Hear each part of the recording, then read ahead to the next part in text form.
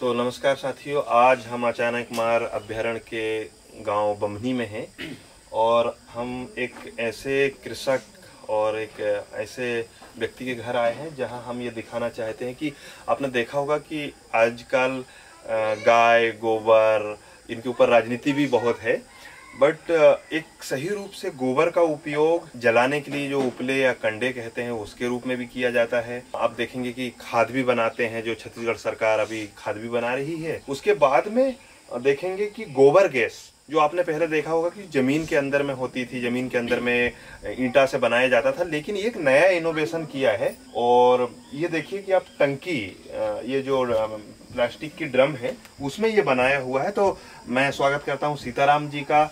और सीताराम जी, आप इसके बारे में बताइए, ये कैसे बनाया, किसने आइडिया दिया और कितनी लागत आई, और बाकी कहाँ कहाँ गैस कितने देर चलती, वो आपसे हम जानेंगे। तो बताइए। नमस्ते, मेरा नाम सीताराम साकत है। सबसे पहले बायोगैस के बारे में मैं गनियारी में सुना था। इसका प्लान हमारे घर में भी सोच रहे थे कि हमारे परिवार भी कि गैस चूल्हा वाला गैस, सर हमें भी बायोगैस बनाना है। तो आप ये कहना चाह रहे हैं कि जनस्वास्थ्य सहयोग गनियारी से आपको ये आइडिया मिला। हाँ।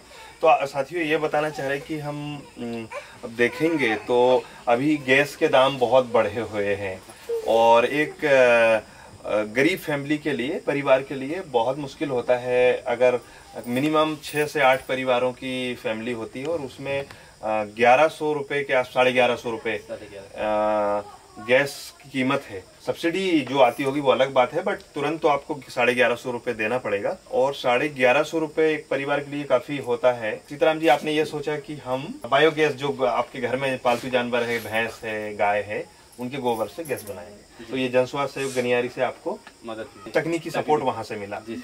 अच्छा, तो बताइए और कितना खर्चा आया और किसने बनाया? ये खर्चा वन विभाग के माध्यम से मिला मेरे को, और तकनीक जितना भी जानकारी है वो जैसे ने दिया, और पैसा का जो रूप है वो वन विभाग के माध्यम से।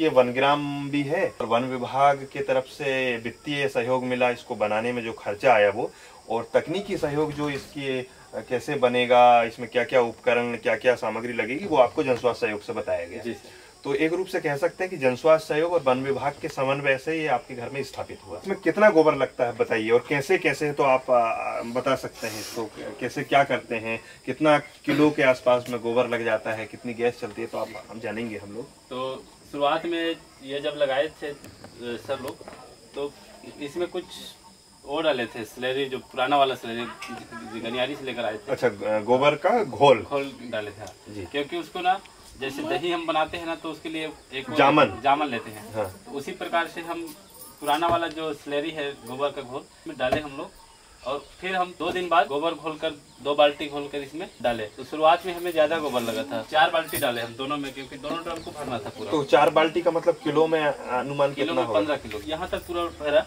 जब भरने के बाद ना इधर से फिर निकलने लगा, इसको फिर बंद कर दिए। बंद करने के बाद फिर इसको रोक दिए, ये फिर फूलने लगा ये ट्यूब जो है। तो ये ट्यूब क्यों रखा है आपने, ये बताइए। ट्यूब इसलिए रखे हैं क्योंकि यहाँ से ओवर जो गैस बनता है ना, वो यहाँ पर आकर स्टोर होता है ट्यूब में। अच्छा। हाँ। और इस पाइप से फिर उधर चूल्हे के तरफ, इस पाइप से फिर चूल्हे की तरफ जाना है। अच्छा, तो हम चूल्हा देखेंगे बाद में। गैस बनने में 1 हफ्ता लगा था। स्लरी का जो जामन जैसे नहीं डालते तो 15 दिन लगता था। तो जल्दी प्रक्रिया में लाने के लिए आपने उसमें गोबर का घोल जो पहले से यूज हो रहा था, वो गनियारी जनस्वास्थ्य सहयोग से लेके आए, उसमें डाल दिया, तो 1 हफ्ते में गैस बनना चालू। तो आप ये बताइए, ये 2 ड्रम क्यों लगाए? 2 ड्रम इसलिए लगाए थे क्योंकि छोटा परिवार के लिए एक ही ड्रम काफी होता है, बड़े परिवार है तो 2 ड्रम। इसमें गोबर रहेगा और इसमें गैस बनता है। हमें ये बता सकते हैं कि गोबर कैसे डालना है? ऐसे घोलते घोलते ये जो कचरा है ये भी रहता है, तो इसको फिर बाहर निकालना पड़ता है, पूरा घोलना है इसको।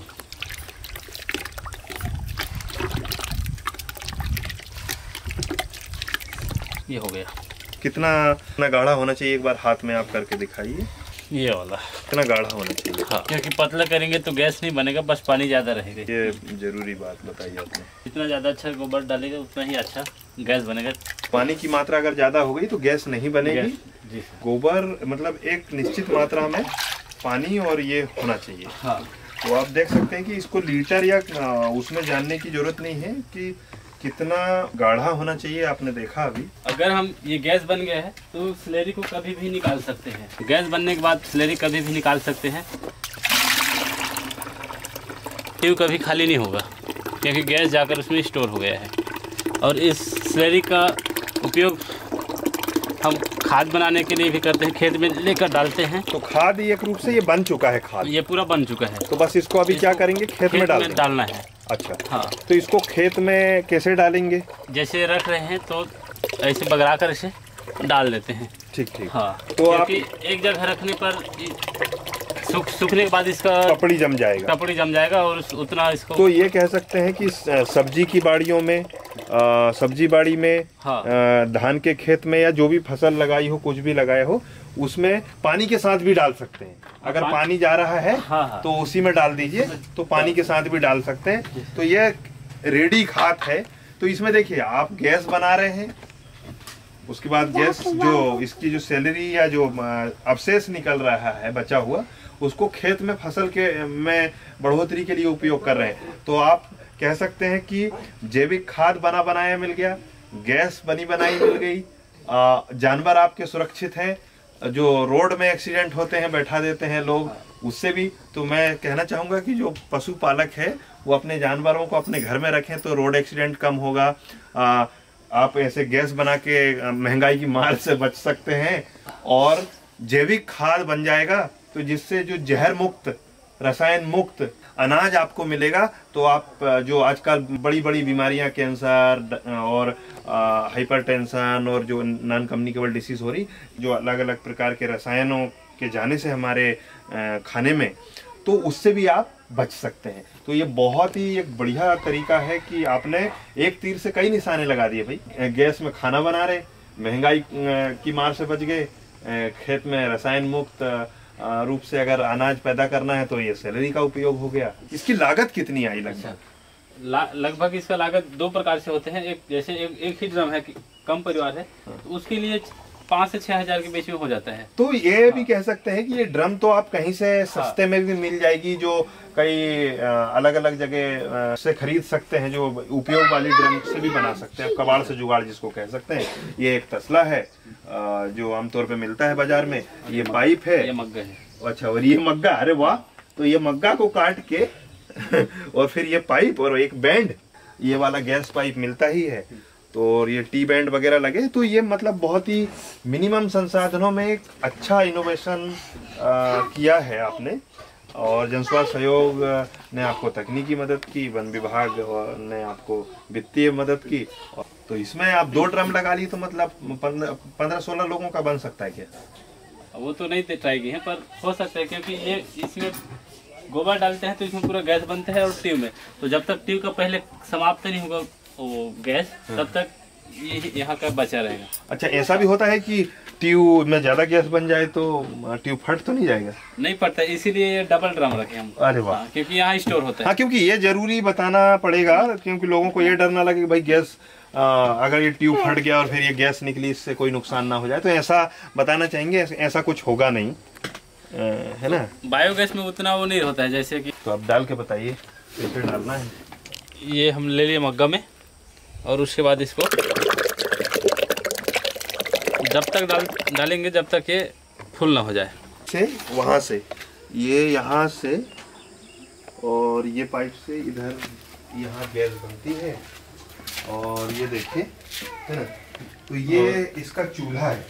ये मोटर हम लगाएंगे तो जो ट्यूब है वो पूरे बैठने तक जलाता है। अच्छा। अगर ये मोटर नहीं जलाएंगे तो शुरू में 10 मिनट प्रेशर रहेगा, उसके बाद फिर धीरे धीरे जलेगा। तो प्रेशर बढ़ाने के लिए आपने एक और उपकरण, ये मोटर लगाई एक छोटी सी।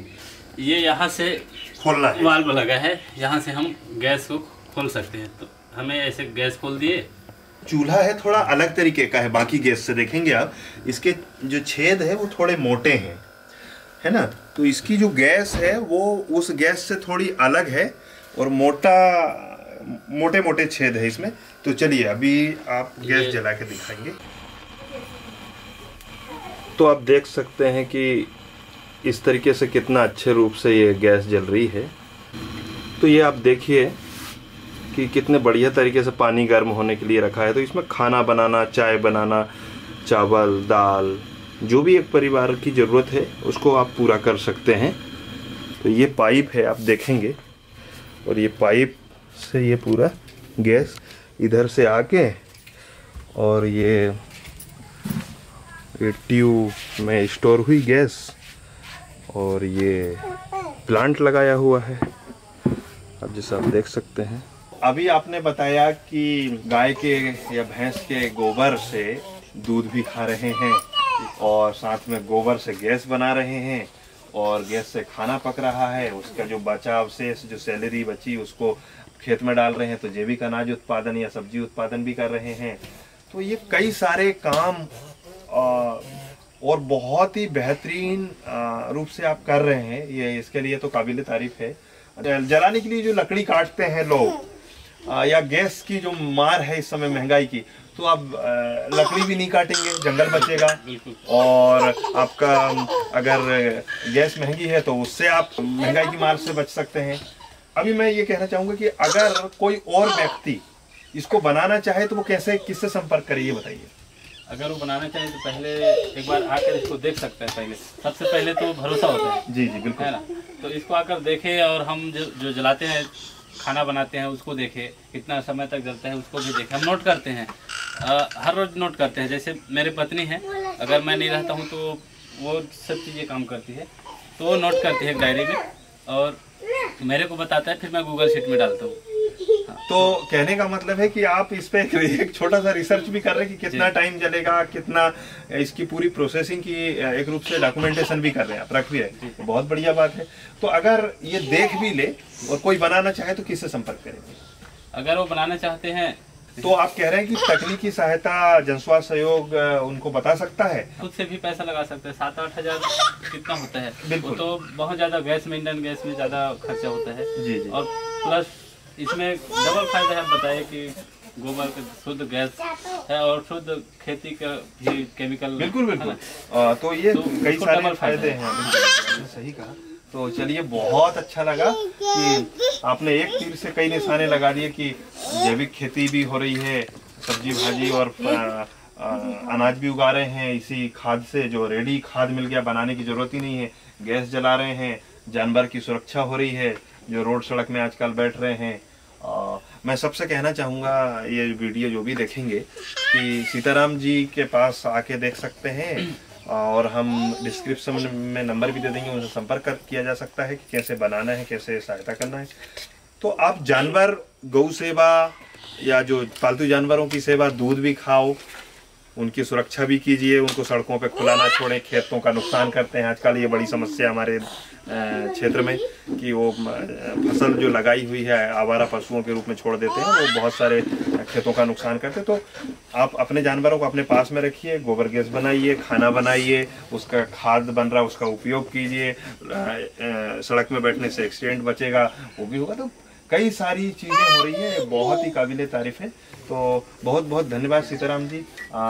हम आपका नंबर और जनस्वास्थ्य सहयोग से जो तकनीकी पर्सन है उनका नंबर दे देंगे, लोग संपर्क कर सकते हैं।